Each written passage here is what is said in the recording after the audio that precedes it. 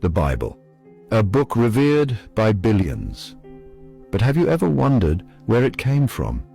Its journey began long ago in a time far removed from gilded cathedrals and ornate temples. Imagine a world without printing presses, a time when stories traveled by word of mouth, whispered from person to person like precious secrets. These whispers, these early tales of faith and divine intervention, formed the bedrock of what would become the Bible. In those ancient days, small communities huddled together, seeking meaning and solace in a turbulent world. They shared stories of prophets and miracles, of divine pronouncements and moral lessons. These narratives, passed down through generations, became the lifeblood of their faith. They offered explanations for the mysteries of life and death, for the capriciousness of nature, and for the human condition itself. These weren't grand pronouncements etched in stone. Rather, they were intimate accounts of personal encounters with the divine. They were tales of human struggle and redemption, of hope amidst despair, and of the enduring power of faith. These narratives, imbued with the hopes and fears of a people searching for meaning, would eventually coalesce into the tapestry of the Bible. These early stories weren't meant to be static pronouncements. They were living narratives, constantly being reshaped and reinterpreted in light of new experiences and evolving understandings. As these communities encountered new challenges and opportunities, their stories adapted, reflecting their evolving relationship with the divine and their growing understanding of the world around them. The Bible didn't spring forth fully formed.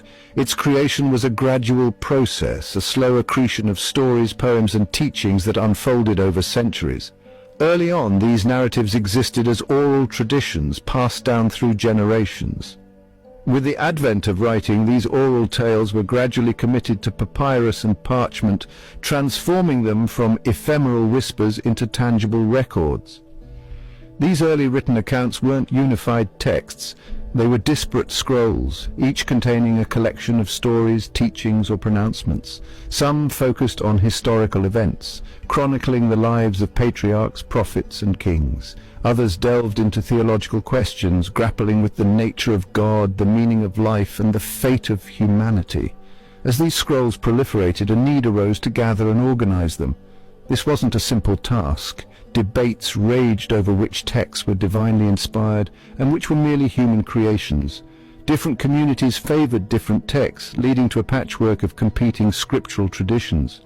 The process of assembling these disparate texts into a cohesive canon was fraught with challenges. It involved centuries of debate, deliberation, and occasional conflict. Councils were convened, pronouncements were made, and texts were accepted or rejected based on their perceived authenticity, theological soundness, and relevance to the evolving beliefs of the growing faith. This process of canonization, of deciding which texts would be considered sacred and authoritative, would shape the development of Christianity and Judaism for centuries to come. The formation of the Bible wasn't solely a religious endeavor, it was also deeply intertwined with the political realities of the time. Kings and emperors recognized the power of these sacred texts and sought to harness them for their own ends. They sponsored translations, commissioned commentaries, and used the Bible to legitimize their rule and advance their agendas. One of the most influential figures in the development of the Bible was King David.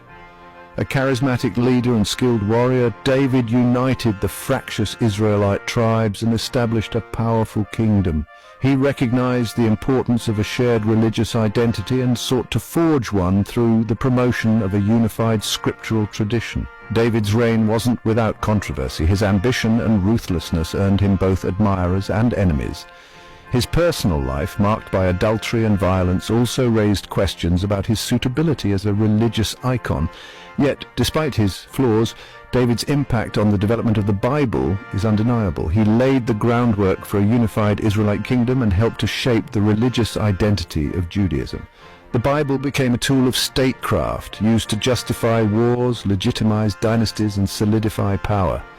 Rulers often sought to align themselves with the divine figures of the Bible, presenting themselves as God's chosen representatives on earth.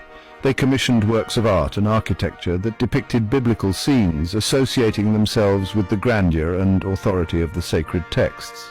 The Bible's message was molded to serve political ends, its words twisted to justify the actions of the powerful.